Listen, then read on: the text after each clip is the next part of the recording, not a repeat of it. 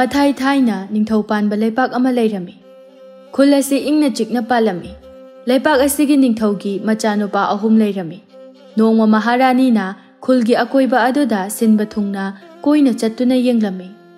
Konungi akoibada thariba hai leising adu yengli. Madu yenglingaida machanupa ahumna leiribadu ure. Maharani na pukningda asumna khanjai. Icha ahumak chawri. Mahai masing ningthina loina chapchana hairi. Leipak amagi ningthau ama oibada matik loina charagani. Aduna iningthauda hairaga makhoi gi tawpham thokpa matik charaba mathau amamam sinpham amamamdi pinanaba haina hairake. Maharani do haifet macha sing adu yenglami aduga chatkre. Mama Maharani ne chatkhiba adu machanupa atomba dunadi uhawi. Magi mamingsu atomba haina su kaurami. Mayamba yaima aduna yai haina kaurami. Ahal aduna ahen sana haina kaurami. Yaina manaw nupa atomba aduda asumna hairaklami. Atomba yengoi asida hainau achauba mapalise asi helo. Nangdi uga basu yamna hibanina. Hoita yai ai hilake. Atomba do mayamba yaima na hairabani haiduna hainau pambi chawkraba wangkraba aduda kana naba haiduna sem sarai. Mayamba ahal adusu ure manaw nupa atomba na tawriba adu. Ahen sanana manaw nupa atomba asi kaya nushiramde. Maramaduna atomba na tawrakpa thabak khuding asoiba thiraga ngangba chaiba ngami matagum phuba chaiba tawrami. Yenguni mase chawbo phawba mapung marei phadriba hainau asi hekki haiduna tawrini mase kaya da lam hinkraba angang no ne. Asi hairaga changselai yaisu ude mayamba halna laklibado. Atomba adu daidu chawri chabada hawrani adu helo ni ani hum helo. Ahum se helage ko aduga ai thadarage. Ahen sanado phachang silaklaga. Hai atomba karina tawrido hainau do chaba yadribani ne yamtuna kumtharo. Tachaw aina nate tayaini heo haibagi hekpani. Adu eresu nangna hekpa natro angang macha maksu nate noise ngangna ba yang wai kumo saja kumo. Atomba do phat kumtharae. Yaida ngangbagi mahutta atomba da nganglai phugi phawba tawrai. Atomba mayambada wa hangkatna ngangba khumbasu ngamde aduna tumina lai. Yaisu karisu hairamde. Mapa ibungogi achanba manai sanahandu makhoi humgi manakta laklami. Hai kaidoba yawre na khoi. Rajkumar ahen sana kaidoba yawrabage nangna sawriba aduna. Rajkumar atomba yai lao thengi matam se yamna thengli. Ining thongna na khoi pumbabu kaurucho haiduna aibu tharakpani. Aigi mang thaduna chatpa hobiro. Ahen sana wa ngangdabi chatki mana mang thaduna sanahanna makhoi ahumbu puduna lakpa adu ningthongna laptakna ure. Atomba asi leipak miyamna yamna nungsi. Mapagi mahut ningthau kuba masi atomba na ningthau oihaningi. Ningthau masamakna su atomba da ningthau kubam sinage haina khalli. Masipumba ahen sanana khangbana mana ningthau kubam adu pambadagi mana oijaba phanglaroi khangbadagi atombada mana tathina chaiba ngangba tawbani. Atomba angang macha maksu natrabani aduna mayamba ahalna tawribasi ma loina khangi. Yaidi asigumba asi mangonda kaisu khande aduna tumina leise. Mapa ibungona macha ahumbu magi manakta loina laklaga leiba adu uraga nokfet tawna yengduna lei.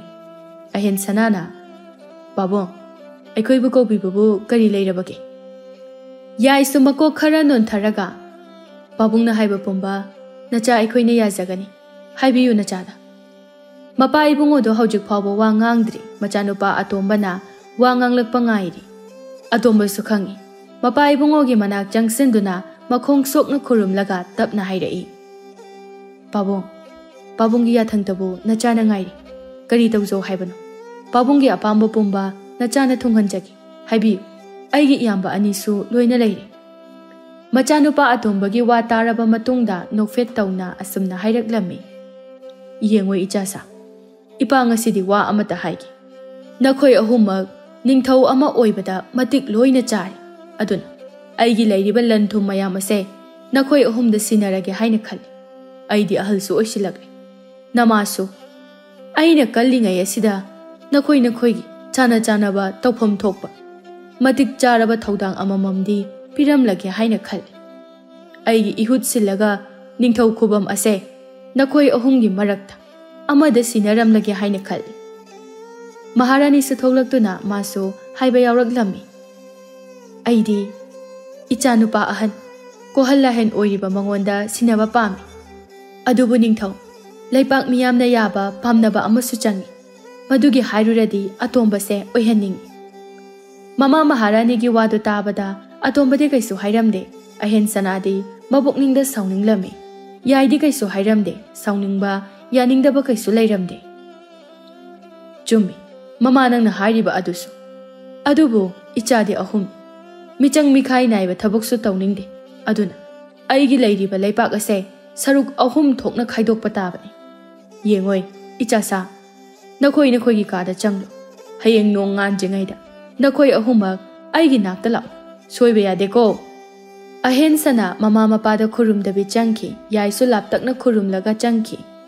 atombadi mamaga mapaga gi manak changsilaklaga mama mapagi makhong sokna khurum laga magi kada changlai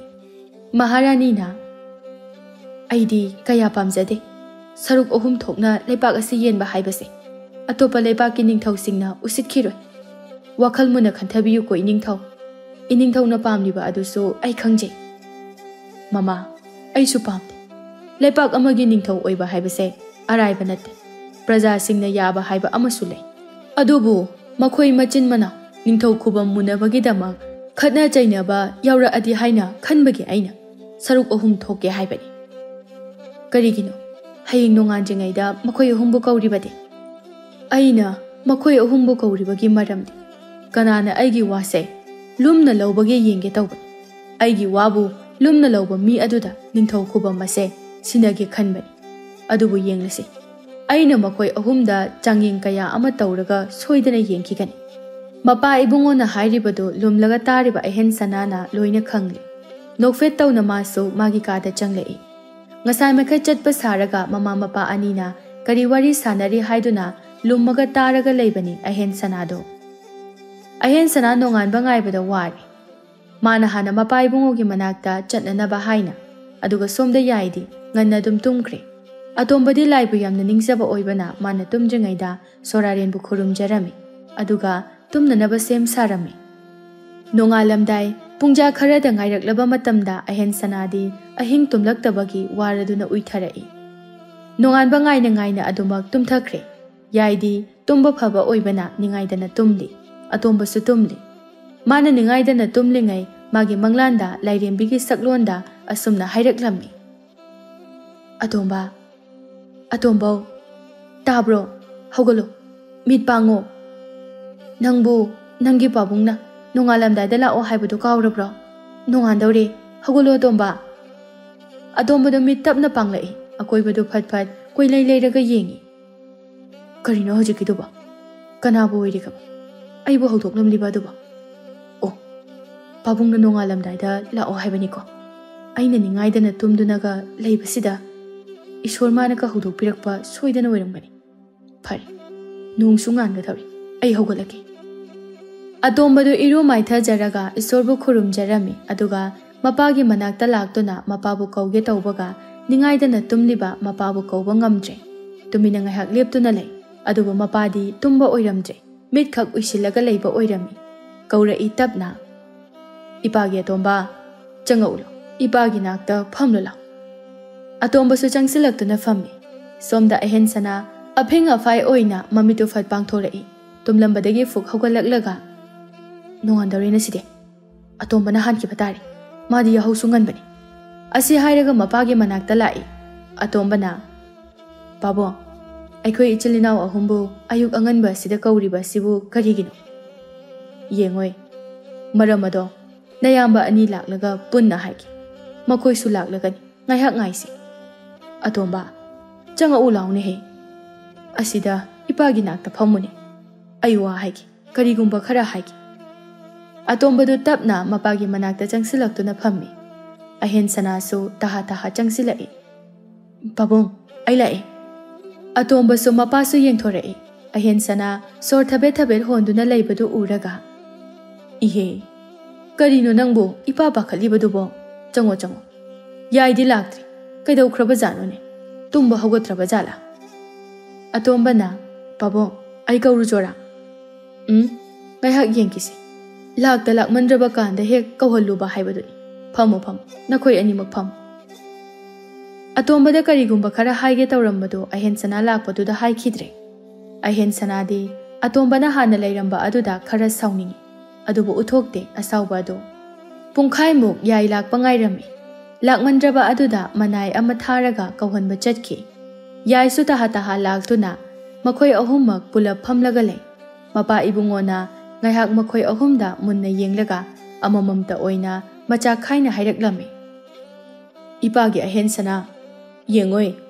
nangna ipagi di kohalla han haibaduni aduna wase nangonda hana haige haiga dawriba wa asisu atai kari sunate icha ahummakta aina michang mikhai naigadaba thabakti tawningdi achan mirai naigadaba sunate mase nang khangjilu aduga nakha thariba nanaw nupa ani se nangna aikhoigi ihut silaga mama mapa sakna nawpon gadabani aduga ipagi yai atomba nakhoi ani sumunna taw aina haigadawriba wase nathak thongba nayambada thaksi khasi naina chatluko makhoi ahummak chap manana khumlai ipagi ya thangpumnamak nacha aikhoina injagani yengoi nakhoi ahummak chahi angang amata natre aduna namaga aigasu ahal haibado shilak ahan badana khoida aina changing amakhak tawki masida mai paklaba misak aduna ipagi ihut sinduna ningthau oihangani yengoi nakhoina khoigi khangna jaba leirabasu ipada hai ipana chauna luhongani makhoi ahumdu munna munna yengnai aduga mapa ibungoda su yengai makhoigi midyeng adu mapana khangba ngammi tapna hairai nakhoi ahummak hayengmak chat nongpok thangbada leiriba chingjaw asigi manakta ching ase hek yobaga nakhoi ahum tokhai tokhai chatkadabani punna chatpa yade ko ching adugi maton yownanaba lambi chatpham ahum thokna leibani yetlom thangbadana ipagi ahen sana nangna chat aduga mayai thangbadana yai nahak chat aduga iroi loiba oinarom thangbagi lambi adudana atomba nahak chat lambi ahummak chap manabani tokhai tokhai gi haijabagi wani nakoina chatpa matamda khudong thiba nangba yai mado nakoi ahumna haina singna ching adugi maton yowna ba chatkadabani ching adugi maton hek yowbaga phajakraba lei sidanai kauba amakhak salamgani madu hektuna purakpa ngamba misak aduda ningthau khuba mase sinagani lei adu tarai tarai na hekpa phangba lei adugi makhongdasu mahu puraba lin kayana lei adubu sangduna leibani ko ahen sanana pabong karigino lei adubu hekhan ga dawribadi lei adubu karino yengoi lei ado achamba lei manate mahak lei maksu nate magi wari su lei ko yaina khangning na hangai pabong lei adubu lei nate hai adubu kaigino mahak ase taibang mina on khiba lai gi sa phanglaba lei atombana pabong laigi sa phanglaba lei adubu nacha aikhoina karamna tarai tarai ni hekpa ngamgani kari maramgi dama laigi sa phanglaba lei adubu he uchu hairibano chummi maram adu hangnakani haiba ipa su khangi taro mahaki wari ipana samlapna lirage nongma aihakna naha oiringi lam koibu oina chatpa matamda hairiba ching ase yaushilai matam maduda ahal oirabi miyai chalabi amakhak theng mahakna aibu ubada kaure asumna hairaklam isu nupa nahak leipak amagi ningthau natabra aina khumki mani haina adubu ahal aduna aingonda munna yenglaga hairai nahak ngasidagi ikui kuidana nacha nupa ngakta ahum phanglagani makhoi ahummak matik charaba ningthau ama oibada awatpa amatta leiroi adubu laibak thibadi nacha ahummak punsi amata sang ningthau khubam gi damak ningai sangdanarakani ko matam aduda aina bakhatna khumki imagom labe matau karamna khangliban karigumba thodok ase thoklabadi aigi leibak ase ingna chikna leiba ngamlaroi thodok ase thoktanaba amukta haibiramuba kari mata wagan yeng ꯃꯥꯡꯗ ꯎꯔꯤꯕ ꯆꯤꯡꯖꯥꯎ ꯑꯁꯤ ꯆꯤꯡꯖꯥꯎ ꯑꯁꯤꯒꯤ ꯃꯇꯣꯟꯗ ꯁꯤꯗꯅꯥꯏ ꯀꯧꯕꯤ ꯂꯩꯔꯥꯡ ꯑꯃꯈꯛ ꯁꯥꯠꯄꯅꯤ ꯃꯗꯣ ꯅꯆꯥ ꯑꯍꯨꯝꯅ ꯃꯇꯤꯛ ꯆꯥꯔꯕ ꯃꯇꯝꯗ ꯍꯦꯛꯄ ꯆꯠꯍꯜꯂꯤ ꯂꯩ ꯑꯁꯤ ꯍꯦꯛꯄ ꯉꯝꯒꯗꯕ ꯃꯤꯁꯛꯇꯤ ꯊꯃꯣꯏ ꯁꯦꯡꯕ ꯃꯤ ꯈꯛꯇꯅ ꯍꯦꯛꯄ ꯉꯝꯒꯅꯤ ꯃꯁꯤ ꯍꯦꯛꯄ ꯃꯤꯁꯛ ꯑꯗꯨꯗ ꯅꯤꯡꯊꯧ ꯈꯨꯕꯝ ꯁꯤꯟꯅꯧꯀꯣ ꯂꯩ ꯑꯁꯦ ꯑꯆꯝꯕ ꯂꯩ ꯅꯠꯇꯦ ꯃꯃꯥꯡꯉꯩꯗ ꯂꯥꯏꯒꯤ ꯁꯥꯞ ꯐꯪꯂꯕ ꯂꯥꯏꯔꯦꯝꯕꯤꯅ ꯑꯣꯟꯕ ꯁꯤꯗꯅꯥꯏ ꯀꯧꯕꯤ ꯂꯩꯅꯤꯀꯣ ꯈꯪꯅꯤꯡꯅ ꯑꯍꯜ ꯑꯗꯨꯗ ꯍꯪꯂꯛꯏ ꯃꯇꯧ ꯀꯔꯝꯅ ꯃꯍꯥꯛꯀꯤ ꯃꯃꯤꯡ ꯑꯁꯦ ꯁꯤꯗꯅꯥꯏ ꯀꯧꯔꯤꯕꯅꯣ ꯂꯥꯏꯔꯦꯝꯕꯤ ꯑꯁꯦ ꯁꯣꯔꯥꯔꯦꯜꯒꯤ ꯃꯆꯥꯅꯨꯄꯤꯅꯤ ꯃꯍꯥꯛꯅ ꯅꯣꯡꯃꯒꯤ ꯅꯨꯃꯤꯠ ꯑꯃꯗ ꯃꯄꯥ ꯏꯕꯨꯡꯉꯣ ꯁꯣꯔꯥꯔꯦꯜꯗ ꯍꯥꯏꯖꯈꯤ ꯇꯥꯏꯕꯪ ꯃꯤꯑꯣꯏꯕꯒꯤ ꯃꯅꯥꯛꯇ ꯃꯇꯝ ꯈꯔꯗ ꯂꯩꯖꯒꯦ ꯍꯥꯏꯅ ꯑꯗꯨꯕꯨ ꯂꯥꯏꯒ ꯃꯤꯒ ꯂꯩꯃꯤꯟꯅꯕꯗꯤ ꯌꯥꯗꯕꯅ ꯁꯣꯔꯥꯔꯦꯜꯅ ꯌꯥꯔꯝꯗꯦ ꯂꯥꯏꯔꯦꯝꯕꯤ ꯑꯁꯤꯒꯤ ꯃꯃꯤꯡ ꯅꯨꯖꯥ ꯍꯥꯏꯅ ꯀꯧꯔꯝꯃꯤ ꯅꯨꯖꯥꯅ ꯃꯄꯥ ꯏꯕꯨꯡꯉꯣ ꯁꯣꯔꯥꯔꯦꯜ ꯇꯥꯛꯂꯝꯗ ꯃꯤꯔꯝꯂꯦꯟ ꯑꯁꯤꯗ ꯂꯥꯛꯈꯤ ꯈꯣꯌꯨꯝ ꯂꯥꯏ ꯈꯔꯅ ꯅꯨꯖꯥꯕꯨ ꯎꯈꯤ ꯁꯣꯔꯥꯔꯦꯜꯗ ꯈꯣꯌꯨꯝ ꯂꯥꯏꯁꯤꯡ ꯑꯗꯨꯅ ꯇꯝꯊꯣꯛꯈꯤꯔꯝꯃꯤ ꯃꯄꯥꯒꯤ ꯌꯥꯊꯪꯕꯨ ꯏꯟꯗ ꯃꯤꯔꯝꯂꯦꯟ ꯑꯁꯤꯗ ꯆꯠꯄꯒꯤ ꯁꯥꯎꯔꯕ ꯃꯄꯥ ꯁꯣꯔꯥꯔꯦꯜꯅ ꯁꯥꯞ ꯇꯧꯈꯤ ꯆꯤꯡꯖꯥꯎ ꯑꯁꯤꯃꯛꯇꯗ ꯅꯨꯖꯥ ꯑꯗꯣ ꯂꯩꯒꯤ ꯁꯛꯂꯣꯟ ꯂꯧꯗꯨꯅ ꯂꯩꯈꯤ ꯂꯩ ꯑꯁꯦ ꯊꯃꯣꯏ ꯁꯦꯡꯂꯕ ꯃꯤꯁꯛ ꯈꯛꯇꯅ ꯁꯣꯛꯄ ꯉꯝꯃꯤ ꯀꯔꯤ ꯃꯔꯝꯒꯤꯗꯃꯛ ꯂꯩ ꯑꯁꯤꯕꯨ ꯍꯦꯛꯇꯣꯏꯅꯤ ꯂꯩ ꯑꯁꯤ ꯀꯔꯝꯅ ꯅꯤꯡꯊꯧ ꯈꯨꯕꯝꯒꯤꯗꯃꯛ ꯍꯦꯛꯀꯅꯤ ꯃꯍꯥꯛꯇꯤ ꯂꯥꯏꯔꯦꯝꯕꯤꯅꯤ ꯁꯣꯔꯥꯔꯦꯜꯒꯤ ꯃꯆꯥꯅꯨꯄꯤꯅꯤ ꯑꯍꯜ ꯑꯗꯨ ꯅꯣꯛꯐꯦꯠ ꯇꯧꯔꯒ ꯅꯤꯡꯊꯧ ꯂꯩ ꯑꯁꯤ ꯍꯦꯛꯄꯒꯤ ꯃꯔꯝ ꯅꯪꯒꯤ ꯅꯆꯥ ꯑꯗꯨꯅ ꯍꯦꯛꯂꯒ ꯅꯅꯥꯛꯇ ꯄꯨꯔꯛꯂꯕ ꯃꯇꯝ ꯑꯗꯨꯗ ꯈꯛ ꯈꯪꯒꯅꯤ ꯃꯇꯝ ꯑꯗꯣ ꯉꯥꯏ ꯁꯣꯏꯗꯅ ꯍꯦꯛꯂꯛꯀꯅꯤ ꯑꯩ ꯆꯠꯂꯒꯦ ꯅꯤꯡꯊꯧꯗꯣ ꯑꯍꯜ ꯑꯗꯨꯒꯤ ꯋꯥꯔꯤꯗꯨ ꯊꯥꯖꯁꯤ ꯀꯗꯥꯏ ꯊꯥꯖꯔꯣꯏꯁꯤ ꯀꯗꯥꯏ ꯅꯤꯡꯖꯤꯡ ꯃꯥꯡꯖꯤꯡ ꯇꯧꯗꯨꯅ ꯃꯅꯥꯏꯁꯤꯡꯒ ꯀꯣꯅꯨꯡꯗ ꯑꯃꯨꯛ ꯍꯜꯂꯛꯂꯤ ꯋꯥꯔꯤꯁꯤꯡ ꯑꯁꯤ ꯈꯪꯂꯕꯗ ꯃꯆꯥ ꯑꯍꯨꯝ ꯑꯗꯨ ꯇꯨꯃꯤꯟ ꯉꯥꯏꯍꯛꯂꯦ ꯑꯇꯣꯝꯕꯅ ꯍꯥꯏꯔꯛꯈꯤ ꯄꯥꯕꯨꯡ ꯅꯆꯥ ꯑꯩꯈꯣꯏ ꯆꯠꯆꯔꯨꯔꯒꯦ ꯑꯍꯦꯟꯁꯅ ꯃꯁꯥꯅ ꯃꯁꯥꯕꯨ ꯃꯁꯛ ꯈꯪꯂꯛꯄꯒꯨꯝ ꯀꯔꯤꯁꯨ ꯍꯥꯏꯖꯕ ꯉꯝꯗꯦ ꯈꯜꯂꯤ ꯇꯨꯃꯤꯟꯅ ꯁꯣꯏꯗ꯭ꯔꯦ ꯑꯩꯅ ꯐꯠꯂꯨꯗꯕ ꯋꯥꯈꯜ ꯀꯌꯥ ꯑꯃ ꯈꯜꯂꯨꯕꯅ ꯂꯩ ꯑꯁꯤꯕꯨ ꯍꯦꯛꯄ ꯉꯝꯂꯣꯏꯗꯧꯔꯤ ꯑꯗꯨꯕꯨ ꯂꯥꯏꯕꯛ ꯆꯥꯡ ꯌꯦꯡꯂꯨꯔꯒꯦ ꯃꯃꯥ ꯃꯍꯥꯔꯥꯅꯤꯁꯨ ꯆꯪꯂꯛꯇꯨꯅ ꯃꯆꯥ ꯑꯍꯨꯝꯕꯨ ꯃꯤꯠꯌꯦꯡ ꯆꯞ ꯃꯥꯟꯅꯅ ꯌꯦꯡꯂꯒ ꯍꯥꯏꯔꯛꯏ ꯅꯣꯛꯐꯦꯠ ꯇꯧꯅ ꯌꯦꯡꯉꯣꯏ ꯅꯈꯣꯏ ꯑꯍꯨꯝꯃꯛ ꯍꯌꯦꯡ ꯂꯩ ꯑꯗꯨꯕꯨ ꯄꯨꯔꯛꯄ ꯃꯤꯁꯛ ꯑꯗꯣ ꯏꯃꯥꯒꯤ ꯂꯃꯟ ꯁꯤꯡꯕ ꯉꯝꯕꯁꯨ ꯑꯣꯏꯖꯔꯣꯀꯣ ꯃꯆꯥ ꯑꯍꯨꯝꯗꯨ ꯃꯃꯥ ꯃꯄꯥ ꯑꯣꯏꯔꯤꯕ ꯑꯅꯤꯗ ꯈꯨꯔꯨꯝꯂꯝꯃꯤ ꯃꯈꯣꯏ ꯑꯍꯨꯝꯃꯛ ꯃꯥꯒꯤ ꯀꯥꯗ ꯆꯪꯅꯔꯛꯏ ꯍꯌꯦꯡ ꯅꯣꯡꯉꯥꯟꯕꯒ ꯆꯠꯅꯅꯕ ꯍꯥꯏꯗꯨꯅ ꯄꯨꯅꯅꯕ ꯄꯣꯠ ꯆꯩ ꯅꯤꯡꯊꯤꯅ ꯃꯐꯝ ꯆꯥꯅ ꯍꯥꯞꯆꯤꯜꯂꯤ ꯃꯊꯪꯒꯤ ꯅꯨꯃꯤꯠꯅꯤ ꯃꯈꯣꯏ ꯑꯍꯨꯝꯃꯛ ꯆꯤꯡꯖꯥꯎ ꯑꯗꯨꯗ ꯂꯩꯔꯤꯕ ꯃꯐꯝ ꯑꯗꯣꯝꯗ ꯂꯥꯛꯏ ꯆꯤꯡꯖꯥꯎ ꯑꯗꯨ ꯌꯧꯅꯅꯕ ꯆꯠꯄꯗ ꯃꯈꯣꯏ ꯑꯍꯨꯝꯗꯨ ꯅꯨꯃꯤꯠ ꯇꯥꯈꯤꯕ ꯈꯪꯍꯧꯗꯦ ꯑꯍꯤꯡ ꯌꯥꯔꯦꯛꯄ ꯌꯥꯕ ꯃꯐꯝ ꯑꯃ ꯌꯦꯡꯗꯨꯅ ꯂꯩꯔꯝꯃꯤ ꯑꯍꯦꯟ ꯁꯅꯥꯅ ꯑꯁꯨꯝꯅ ꯍꯥꯏꯔꯛꯏ ꯃꯅꯥꯎꯅꯨꯄꯥ ꯑꯅꯤꯗ ꯍꯌꯦꯡꯗꯤ ꯁꯣꯏꯗꯅ ꯆꯤꯡꯖꯥꯎ ꯑꯁꯦ ꯌꯧꯔꯒꯅꯤ ꯑꯗꯨꯅ ꯑꯩꯈꯣꯏ ꯑꯍꯨꯝꯃꯛ ꯂꯝꯕꯤ ꯇꯣꯈꯥꯏ ꯆꯠꯅꯔꯅꯤ ꯌꯥꯏ ꯅꯍꯥꯛꯅ ꯂꯩ ꯑꯁꯤ ꯍꯦꯛꯄ ꯉꯝꯂꯕꯗꯤ ꯅꯪ ꯀꯔꯤ ꯇꯧꯒꯅꯤ ꯑꯩꯗꯤ ꯂꯩ ꯑꯁꯤꯕꯨ ꯍꯦꯛꯄ ꯉꯝꯂꯕꯗꯤ ꯄꯥꯕꯨꯡꯅ ꯍꯥꯏꯕꯒꯨꯝꯅ ꯀꯣꯅꯨꯡꯗ ꯏꯄꯥꯗ ꯁꯤꯟꯅꯒꯅꯤ ꯑꯍꯦꯟꯁꯅ ꯑꯇꯣꯝꯕꯗ ꯑꯃꯨꯛ ꯑꯣꯟꯁꯤꯜꯂꯛꯂꯒ ꯍꯥꯏꯔꯛꯂꯝꯃꯤ ꯌꯥꯏꯗ ꯍꯪꯂꯤꯕ ꯋꯥꯍꯪ ꯑꯗꯨꯒ ꯆꯞ ꯃꯥꯟꯅꯅ ꯑꯇꯣꯝꯕ ꯏꯆꯝ ꯆꯝꯅ ꯈꯨꯝꯂꯛꯏ ꯑꯩꯁꯨ ꯇꯌꯥꯏꯒꯨꯝꯅ ꯄꯥꯕꯨꯡꯗ ꯍꯥꯟꯅ ꯁꯤꯟꯅꯒꯅꯤ ꯑꯇꯣꯝꯕꯒꯤ ꯋꯥꯗꯨ ꯇꯥꯔꯕ ꯃꯇꯨꯡꯗ ꯑꯍꯦꯟꯁꯅ ꯃꯥꯏꯊꯣꯡ ꯑꯗꯨ ꯍꯥꯏꯐꯦꯠ ꯅꯣꯛꯐꯦꯠ ꯇꯧꯔꯒ ꯃꯃꯤꯠ ꯑꯗꯨ ꯎꯏꯁꯤꯟꯈꯤꯔꯝꯃꯤ ꯀꯔꯤ ꯈꯜꯂꯤꯕ ꯃꯃꯤꯠ ꯑꯗꯨ ꯐꯠ ꯄꯥꯡꯊꯣꯔꯛꯇꯨꯅ ꯑꯇꯣꯝꯕꯗ ꯌꯦꯡꯂꯛꯏ ꯑꯇꯣꯝꯕ ꯅꯤꯡꯉꯥꯏꯗꯅ ꯇꯨꯝꯂꯤ ꯑꯍꯤꯡ ꯑꯗꯨ ꯑꯍꯦꯟꯁꯅ ꯇꯨꯝꯊꯕ ꯌꯥꯔꯝꯗꯦ ꯑꯇꯣꯝꯕꯅ ꯁꯣꯏꯗꯅ ꯏꯄꯥꯒꯤ ꯃꯍꯨꯠ ꯁꯤꯟꯗꯨꯅ ꯅꯤꯡꯊꯧ ꯑꯣꯏꯈ꯭ꯔꯒꯅꯤ ꯑꯩꯗꯤ ꯑꯣꯏꯍꯧꯔꯔꯣꯏ ꯑꯗꯨꯕꯨ ꯑꯩ ꯎꯄꯥꯏ ꯑꯃ ꯇꯧꯗꯨꯅ ꯅꯤꯡꯊꯧ ꯑꯣꯏꯗꯕ ꯌꯥꯗꯦ ꯑꯍꯦꯟꯁꯅ ꯑꯍꯤꯡ ꯑꯗꯨ ꯇꯨꯝꯊꯕ ꯌꯥꯗꯅ ꯑꯗꯨꯃꯛ ꯅꯣꯡꯉꯥꯜꯂꯛꯂꯤ ꯃꯈꯣꯏ ꯑꯍꯨꯝ ꯑꯗꯨ ꯆꯥꯅꯅꯕ ꯄꯨꯔꯛꯂꯤꯕ ꯈꯔ ꯆꯥꯔꯒ ꯆꯤꯡꯖꯥꯎ ꯑꯗꯨ ꯇꯝꯅ ꯂꯥꯛꯂꯤ ꯑꯁꯨꯝ ꯂꯥꯛꯄꯅ ꯆꯤꯡꯖꯥꯎ ꯑꯗꯨ ꯌꯧꯔꯦ ꯃꯈꯣꯏ ꯑꯍꯨꯝ ꯀꯥꯏꯅꯔꯝꯗꯥꯏ ꯃꯤꯀꯨꯞ ꯑꯗꯨꯗ ꯑꯍꯦꯟꯁꯅꯥꯅ ꯍꯥꯏꯔꯛꯂꯝꯃꯤ ꯌꯦꯡꯉꯨ ꯂꯩ ꯑꯗꯨꯒꯤ ꯃꯐꯝ ꯑꯗꯨ ꯌꯧꯕꯒ ꯍꯦꯛꯂꯝꯒꯅꯨꯀꯣ ꯑꯩꯈꯣꯏ ꯄꯨꯟꯅ ꯌꯧꯔꯕ ꯃꯇꯝꯗ ꯑꯃꯃꯝꯇ ꯑꯣꯏꯅ ꯍꯦꯛꯄ ꯆꯪꯁꯤꯀꯣ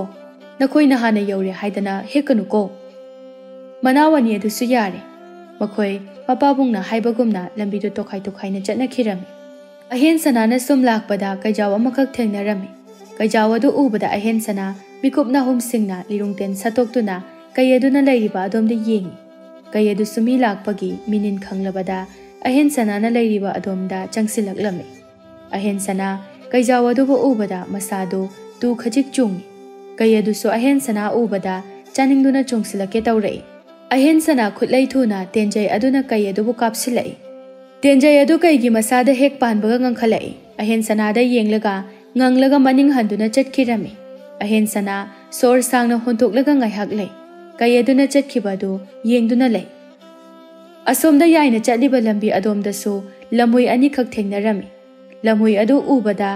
नोकफेट तौरगा लिरुंगतेन सतोक्तुना लमुई अनिदु तमना कापी लमुई अनिदु हौना खोंगलमलगा सिखिरमी याई लमुई अदुगी मनाक्ता चंगसिलगा चाउख्रेदा लमुई अनिसिदे याइदु पंथना लैरमदे लई अदुना हौरिबा माइकै अदोमदा अदुमक पंथबा तौदना चले अतोंबा चिंजाव अदु काबदा मसादु चोकथरबनी अदुबु वाई हाइदबा पोथाबा तौदबा मखै चले महाक्ना सुम लाकपदा लाइरेन अमकक थेंगनरमी अतोंबा लाइरेन अदुबु उबदा लाइरेन असिदि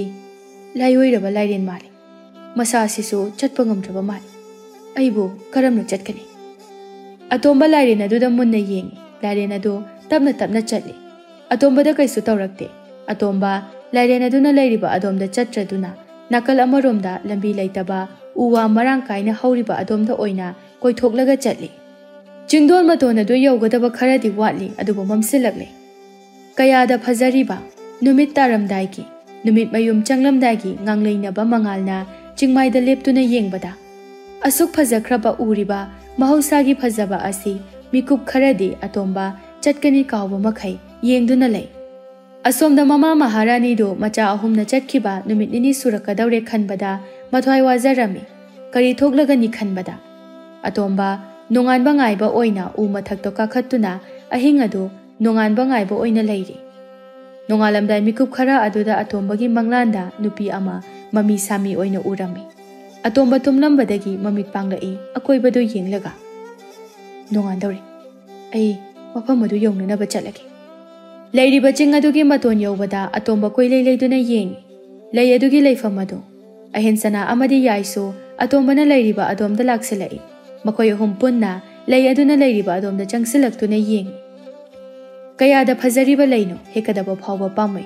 अहेंसना लै अदुबु उबदा मसादु इथक थखली लै अदु हेके तौबगा मखोंगदा लिन अदु संगदुना लैरिबा अदुदा लिन मयाम अदु उबदा अहेंसना लै अदु हेकपा चंगबा किरमी मयामबना चंगबा कीबा अदुदा याई चंगसिंदुना लै अदु हेके तौबदा लिन मयाम अदुना चिके तौरई मदु उबदा याइसु चंगसिंदुना हेकपा ngamdre अतोंबा ngaihak tumin leptuna लै अदुगा लै अदुदा मुन्ना येंगी तपना तपना लै अदुगी मनाक्ता चंगसिंदुना लै अदुबु हेके हाइना तौबगा लिनसिंग अदु अतोंबदा चिके तौरई अतोंबा खुदलै थुना लै अदु फद हेकलगा तुंगहंदुना चेंथोरई अतोंबना लै अदु हेकपदा याई अमदि अहेंसना अतोंबदा येंगलई मखोय मखोयगी वाखलदा अतोंबबु निंगथौ ओइख्रगनी हाइना खलमी अदुबु फत्तबा वाखलदि खलमदे अहेंसना अतोंबदा येंगलगा अतोंबा हौजिक्ति नहाकना लै अदु हेकलबनिना पाबुंगी मनाक्ता चसी होइताचो तयाय चलसी मखोयना चलगे हाइना ओंथोरकपगा तुंगलोमदगी खोंजेल अमना असुमना हाइरई लै अदो अचंबा लै नते नखोय अहुमना युम हेक यौबगा लै अदुबु इसिंग असेंगबदा हापतुना नुमित 8 कनासु उहंदना थम नुमित 9 सुबदा लै अदुगी मनाक्ता चंग अतोंबा खोंजेल अदुगी माइकैदे येंथोरई लिन अमना मखोय अहुमदा हाइरकपा ओइरमी अतोंबा लिन अदुदा खुरुमलगा मखोय पुन्ना लाई अहिंग अदु पोथाबा तौदना अदुमक लाकपना सना कोनुंग अदु यौरे अतोंबा खुरु खुदा कुंदुना मपा इबुंगोदा खुरुमजदुना लै अदुबु पिरम्मी लिन अदुना हाइरखिबा वाहै पुंबा मपा इबुंगोदा तमलम्मी लिन अदुना हाइबगी मतुंग इन्ना लै अदु इसिंग असेंगबदा हापलगा का अमदा कनासु चंगहंदना थमलम्मी ngasiदी नुमित 9 सुबा नुमितनी लै अदुगी थमफमदा चंगलई अतोंबा अमदि याई अहेंसना ममा मपा पुन्ना मखोय मंगादो चंगलकपदा फजख्रबा नुपी अमा लैरंबदो उबदा मखोय पुन्ना ngakpa phawi mamangda ahal aduna haikhiba wari sing adu ningsinglakpada ningthau aduna khangli lairiba nupi asi sorarel gi macha nupi nujani haiba nujano fet tauna makhoida yenglaga hairai aibu amuk hanna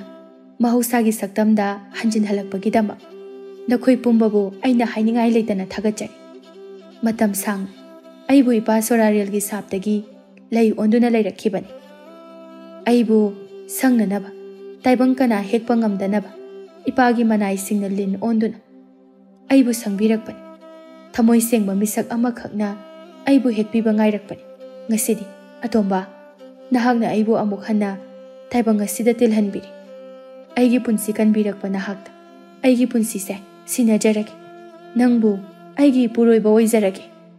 ꯑꯇꯣꯝꯕ ꯀꯔꯤꯁꯨ ꯈꯨꯝꯗꯦ, ꯃꯄꯥꯒꯤ ꯋꯥꯍꯩ ꯉꯥꯏꯔꯤ꯫ ꯀꯔꯤ ꯍꯥꯏꯔꯛꯀꯦ ꯍꯥꯏꯅ ꯃꯃꯥ ꯃꯍꯥꯔꯥꯅꯤꯅ "ꯑꯩꯒꯤ ꯏꯆꯥ ꯑꯇꯣꯝꯕ, ꯅꯍꯥꯛ ꯀꯔꯤ ꯈꯜꯂꯤꯕꯒꯦ?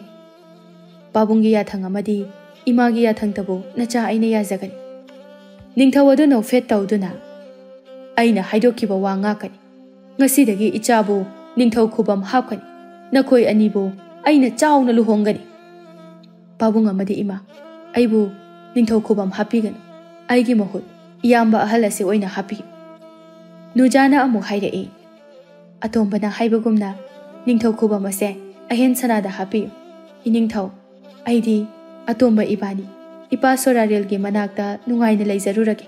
ꯃꯁꯤꯃꯇꯪꯗꯤ ꯌꯥꯕꯤꯌꯨꯗꯣ"꯫ ꯅꯤꯡꯊꯧꯗꯨ 9 ꯊꯣꯛꯅ ꯈꯜꯂꯕ ꯃꯇꯨꯡꯗ ꯌꯥꯔꯝꯃꯤ꯫ ꯅꯨꯖꯥ ꯑꯃꯗꯤ ꯑꯇꯣꯝꯕ ꯃꯄꯥ ꯁꯣꯔꯥꯔꯦꯜꯒꯤ ꯃꯅꯥꯛꯇ ꯆꯠꯈꯤꯔꯝꯃꯤ꯫ ꯁꯣꯔꯥꯔꯦꯜꯅ ꯑꯇꯣꯝꯕꯕꯨ ꯂꯥꯏꯔꯝꯒꯤ ꯅꯤꯡꯊꯧ ꯑꯣꯏꯍꯟꯈꯤꯔꯝꯃꯤ꯫ ꯑꯍꯦꯟ ꯁꯅꯥꯕꯨ